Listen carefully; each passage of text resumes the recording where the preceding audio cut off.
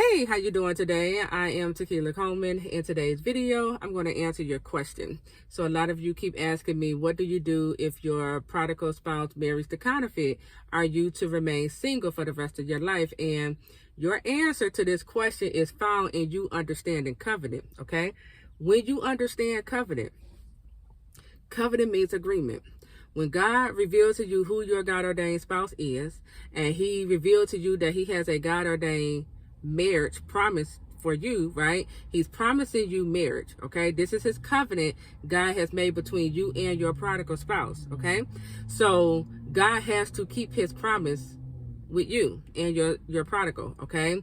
So if your prodigal put themselves in a counterfeit marriage, that's where that's when you stop praying for this prodigal spouse, because they have, came into a covenant agreement, a marriage with a counterfeit. So you stop praying for them and you just continue to pray for yourself, pray over your children, pray over your businesses, etc., etc. Okay.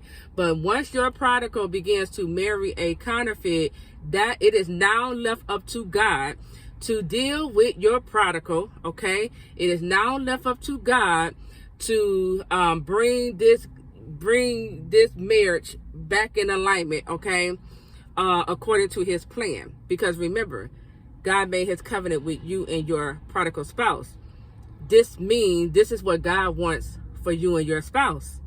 So God is the one who is fighting on your behalf. God is the one who is going to do the removal. God is the one who's bringing the correction. You don't have to do anything, okay? So when you really understand covenant, and when you understand God promised me this is what God wants. A lot of you wasn't even thinking about marriage until God revealed to you that he has a God-ordained spouse for you, right? But when you understand this is what God wants, he has to bring the very thing he wants to pass, okay? So that is your answer. You would not be married. You would not be single for the rest of your life, okay?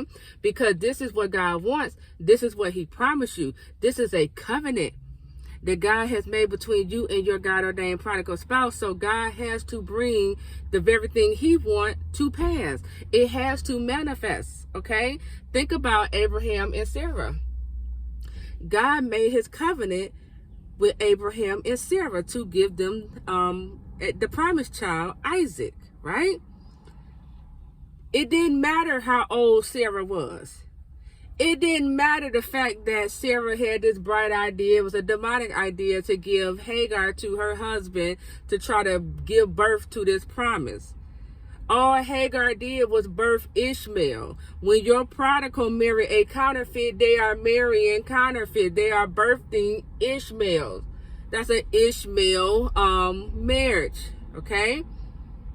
And so even after Sarah did all of that, we still read Sarah became pregnant, gave birth to Isaac.